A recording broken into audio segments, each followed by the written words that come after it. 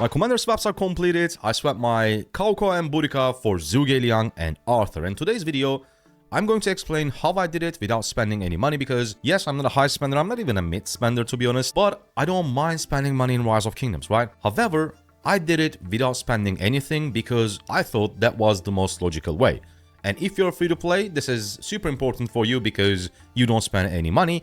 And on top of that, I will explain how it changed my current lineup, what was my previous marches, my previous lineup, and what I'm going to be using on the next KBK with the swaps and of course with our by spending our universal sculptures. So without further ado, let's go. Spartan! What is your profession? Right, so first let me explain how I did it without spending any money. If you guys don't know, you can get in total 120 legendary swap tickets. And as you can see, I still have 12. This means I only spent in total 108 tickets, which was 10,800 gems. And for swapping commanders, it is close to nothing. There's also this Fresh Faces bundle, which you can get again up to 120 extra tickets. You can buy this 10 times. Every time it's going to cost you $5. So for $50, you could get another 120. However, I haven't done it. And the way I did it was this. Since I used both of my swaps, we are going to assume that, let's say I have one more swap chance. And for this example, we'll say that we are giving away El Cid, and in return, I'm going to upgrade, I'm going to swap for my Philip. Now, before we proceed any further, there is one thing that needs clarification. It's pretty easy to understand, but some people unfortunately messed up. So I'm explaining this so you don't mess up, and that is sculptures. When you are swapping two commanders, you are not swapping the sculptures, you are only swapping the skills. This means if I swap my 5-4-5-5 El Cid with my Philip, which is an only summon and I have no sculptures, Philip is going to be 5-4-5-5 with 0 sculptures, and my El Cid will be 1-0-0-0 but with 61 extra sculptures. This means after doing this swap, I will need to spend extra 80 universal sculptures on Philip to get him expertise. But instead of that, because for some reason some people thought that you are also swapping these sculptures, no, you are not. You are only swapping the skills. The best thing that you can do is spend some universals, max this skill as well, get him expertise, and then swap with your desired commander. In this instance, it is Philip. Now with that out of the way, let me explain how I did my swaps. The first thing I did for my both Zhuge Liang and Arthur, I didn't swap them with this configuration, with just summon. We first use the most useless things once you are in the late game, which are Tome of Knowledges. As you can see, I have so many of them.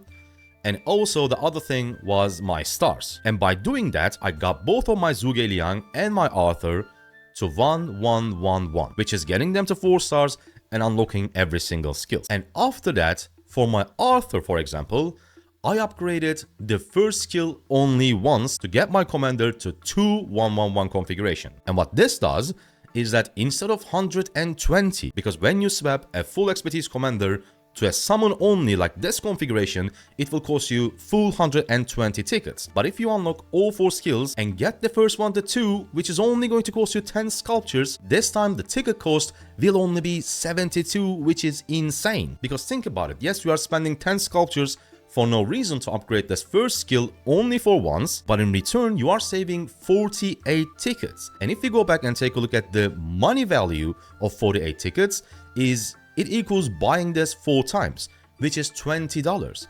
So instead of spending $20, you are just spending 10 extra sculptures, which is an insane value. So that was exactly what I did. And in this case, if I had one more swap chance, and let's say I want to swap my El Cid for Philip, I will get my El Cid to expertise, spend that extra 19 sculptures, so these 61 is not wasted, they're not staying on El Cid, and then go back to my Philip, unlock every single skill, upgrade this only for once, and swap for 72 tickets. Now, when you swap that 72, that leaves you with 48. And if you're a complete free-to-play and you don't want to spend any money on the tickets, the way you want to do it for your next commander is this time, again, we are assuming that we are swapping an expertise commander with a summon only. We will unlock all these skills, and this time we are not going to leave it at 2-1-1-1. We will actually max this first skill 5-1-1-1, and this way it will cost us only 36 sculptures. And yes, value is way worse because in the first example we are only spending 10 sculptures and in return we are saving 48 tickets, but in this one we are spending way more. In total we are spending 50 sculptures and we are only saving 36 tickets. However, if you don't want to buy the extra tickets, that's what you need to do. And here's the thing, most of the times, what you are going to have is some extra sculptures. For example, for my Zhuge Liang, one of the commanders that I swapped for, he wasn't just 1-1-1-1. I had extra sculptures. He was, I think, if I remember correctly, either the first skill was either 2 or 3, and I also had some amount of extra sculptures, so I only spent around 20 something sculptures, max his first skill, and this allowed me to swap for only 36 tickets, which of course allowed me to not spending any money on the tickets, because let's be honest, we don't have unlimited budgets, right? So what I did was, instead of spending money on the tickets, I made sure that my tickets cost less, so that in return, those $5 can go into, summoning these commanders, triggering the Writer of History bundle, and getting 10 extra universal sculptures. But the thing is, if the commander that you are going to swap for, you have no sculptures at all. For example, again, let's go back to Philip example. I have no extra Philip sculptures, so what I would have done, if I didn't have those extra sculptures for Zhuge Liang, I would unlock all 4 skills, only upgrade this one to level 2, and then since we already used 72 of our tickets, which leaves us only with 48, that means I will need 36 more tickets to again swap it for 72 tickets, which means I would have need to purchase this 3 times, and in total it would have cost me $15, but in return, I'm saving 40 sculptures. So if you don't have those non-universal, the commander-specific sculptures to upgrade the first skill of your commander that you are going to swap for, buy this 3 times so that both of your swaps cost 72. I guess that will give you the best value. But if you have the extra skills, extra sculptures like I did with my Zhuge Liang, spend them, upgrade this first skill as much as you can. If you are close to level 5, get it to level 5 so that it costs you only 36 tickets. Now, my previous marches and my current marches. This red configuration, those 4 marches that you see on the right, was my 4-march setup before the swap event. Guan CPO, Ho Cubing William, Nevsky John, and Burika YSG. And with the swap event, which is our blue configuration, now what we have is Guan CPO again, Ho Cubing Arthur, Nevsky John, and this time Zhuge Liang with YSG. Of course, there are a bunch of commanders that we are going to upgrade. We're going to make this lineup way better with our universal sculptures. So for the next KVK, our infantry march will be CPO with Liu Che, for Arthur, Nevsky John, we are not touching that. And instead of Zhuge Liang and YSG, yes, I have YSG expertise, he has triple relic and all that. However, the thing is, this march is this is so slow, okay? If you use this march, you are going to hate it. So instead, we're going to go with Zhuge Liang paired with Hermann Prime. This is going to be our 4th march. This is going to be our only archer march. Now, we have a few problems, but hopefully we are going to fix it with our universal sculptures. 2 commanders that we added to the lineup is Liu Che and Hermann Prime. As you can see, both of them not expertise, they're not even close to being expertise. So the first thing that I'm going to do before the next KVK fighting, I'm going to max my Liu Che. As you can see, I do have enough sculptures for me to be able to max Liu Che and get our Hermann Prime to 5551. In total, we are going to need around 800 sculptures, and we already have almost 600. So I'm pretty certain that I will be able to get this, and that's why I'm making my plans based on that. Max Liu Che paired with CPO. If, let's say, for some reason we are not satisfied with CPO and Liu Che, we can use Liu Che and Alex. I also have Alex expertise with the relics. And then, as I said, we are going to get our Hermann to 5551. Now, after that, we do have one luxury upgrade, which is not a priority, but our Joan of Arc is 5215. When I first went back to this account to revive it back, she was at 5115.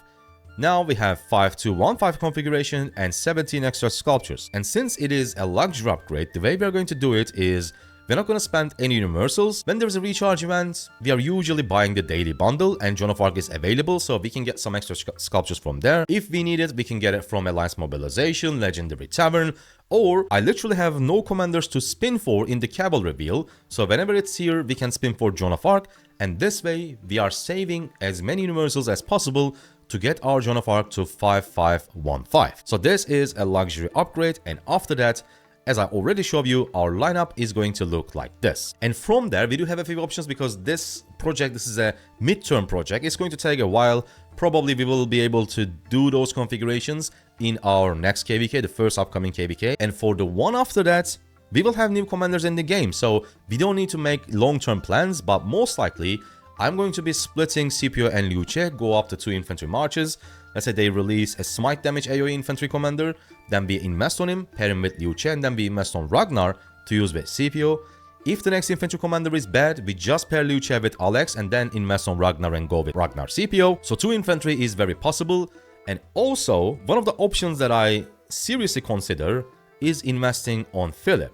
Because Philip is really good, like he's super versatile, but right now I don't have the sculptures and I didn't use my swap for Philip. Instead I went for Arthur and Zhuge and I don't regret it. But since we already have an expertise YSG, and I told you this before, Hermann YSG is actually a very underrated archer march. I think that is very, very strong. So what we can do is we can go up to 2 archer marches. We can use ZL primary, Philip secondary, and for our second archer march, we can use Hermann primary and YSG secondary. But as I said, these are long-term plans, and these are the 4 marches that we are going to use on our upcoming KVK. If you don't want to miss the future account revival updates, make sure to subscribe, and if you can like the video, I will be super appreciated. I'll see you on the next one. Thank you for watching. Goodbye.